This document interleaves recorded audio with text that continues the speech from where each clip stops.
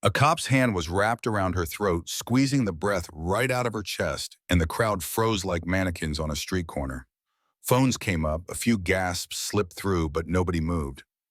Someone whispered, "Isn't that Daniel Carter's wife?" And that whisper felt heavier than sirens. 23 seconds, that's how long it took for a woman's face to turn red, her eyes to bulge, and her hope to almost slip away. But let's rewind because the morning didn't start with violin in Yemen. It started like any other Saturday in Glendale, California.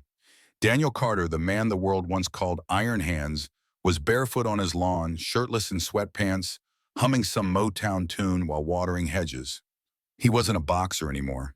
He was a husband, a father, just a guy who found peace in gardening instead of breaking jaws. His wife Camille had slipped on a light summer dress, kissed him on the cheek, and said she'd be back in 20 minutes with groceries and fresh lilies. He teased her not to forget the flowers, and she smiled, waving her receipt in the air like a promise.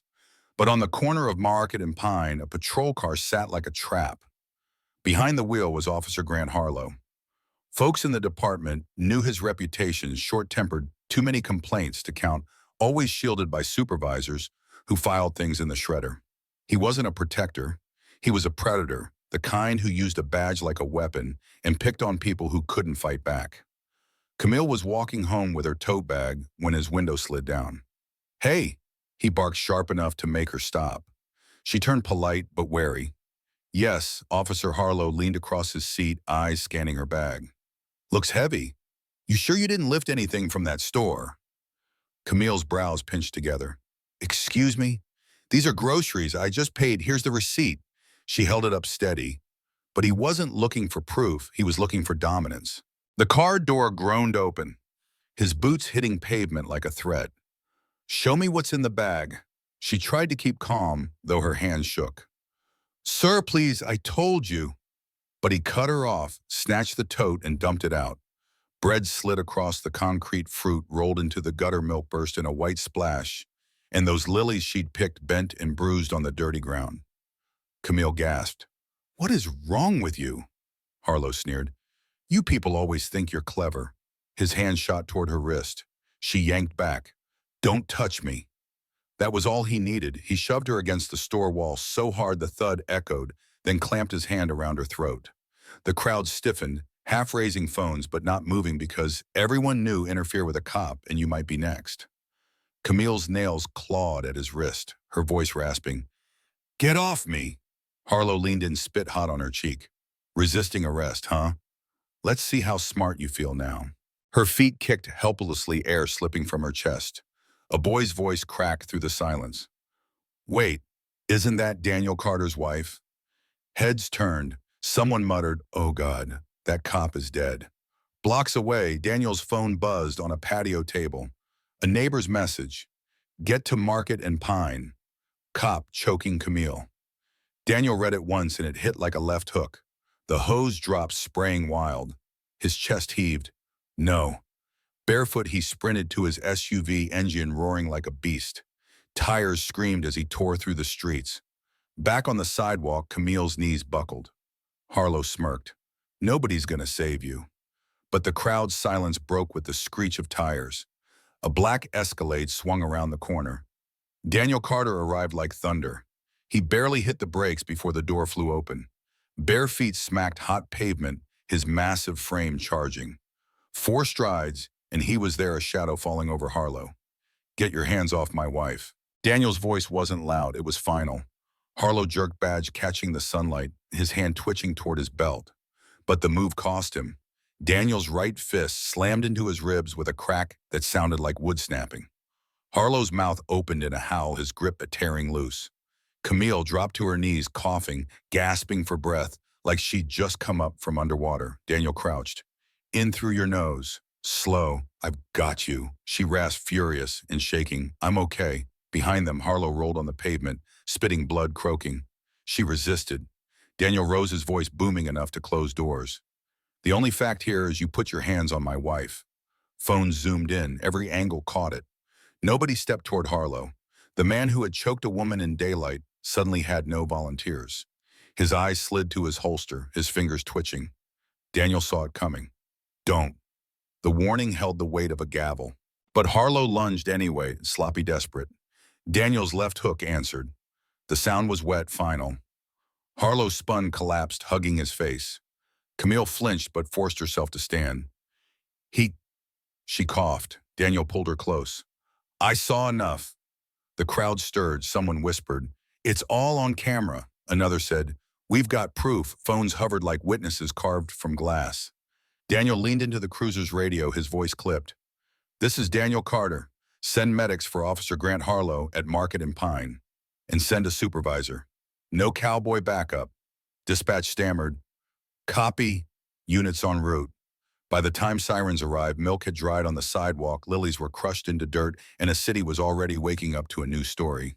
Camille's neck bore the purple marks of fingers that thought they could silence her. Daniel stood beside her, jaw, tight eyes scanning the crowd like he was daring anyone to deny what had just happened. The video spread before sunset. Headlines stacked like dominoes. Cop chokes woman in public. Husband delivers justice. Talk shows argued vigilante or hero. Social feeds caught fire, hashtags rising. 3 seconds. People weren't just watching, they were reliving each tick of the clock. Camille counted while she couldn't breathe. By nightfall, Daniel's home was surrounded by reporters. Inside, Camille pressed ice to her throat, wincing at the sting, but refusing to hide the bruises. He thought he could do that just because he wore a badge, she whispered. Daniel clenched his fists, and he thought nobody would stop him. Her voice cracked.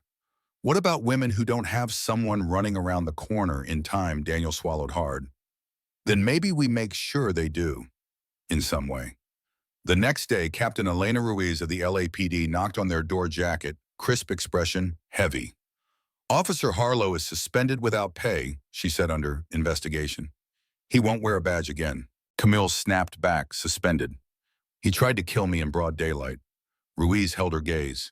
"If I had my way, he'd be fired already. But procedure matters. What I promise is this, it won't get buried this time." At the press conference, Ruiz stood before cameras. "What you saw in those recordings was unacceptable, inexcusable, and shameful. Officer Harlow is under arrest." But the real thunder came when Camille stepped forward, her bruises stark under the lights. "He had his hand on my throat for 23 seconds. Go home tonight, hold your breath for that long, and then tell me about justice." The room went silent. Reporters scribbled like mad flashes popping. One lawyer sputtered, "Trial by media is not justice." Camille looked him dead in the eye. "Neither is choking a woman because you think you can." From that moment, she wasn't just a victim. She became a voice, a symbol. Her words replayed on every network, students chanting 23 seconds in school hallways, strangers painting murals of her face on brick walls. Meanwhile, Daniel stayed quiet, standing just behind her, his fists lowered, his eyes burning with pride. When asked if he regretted punching Harlow, he said, "I regret that I had to, but I don't regret stopping him." A punch isn't policy, it's what happens when policy fails in real time. And the world listened. Lawmakers drafted what they called the Carter Accountability Bill, body cams, mandatory complaint records, public no more lost paperwork. Protesters carried signs. "Protect Black women, justice is breath." But not everyone agreed. Harlow's supporters painted graffiti, "Free Harlow." "Carter's a thug." Talk radio spat venom, calling it vigilantism. Outside the courthouse, two crowds screamed at each other across police lines.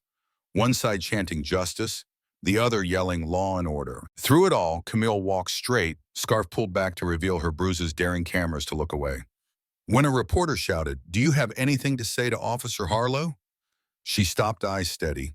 "He took my breath for 23 seconds, but he gave me a voice for the rest of my life, and I will never stop using it." The cheer that followed shook the courthouse steps. Strangers cried, neighbors embraced, even a few officers looked down at their boots, ashamed. That night on the porch of their home, surrounded by candles lit by supporters, Camille spoke softly to the crowd. "This isn't just my fight, it's for every woman who has ever counted seconds praying someone would come. Don't let it end with me. Keep counting until no one has to." The chant rose, "No one has to. No one has to." And in that sound, you could feel it.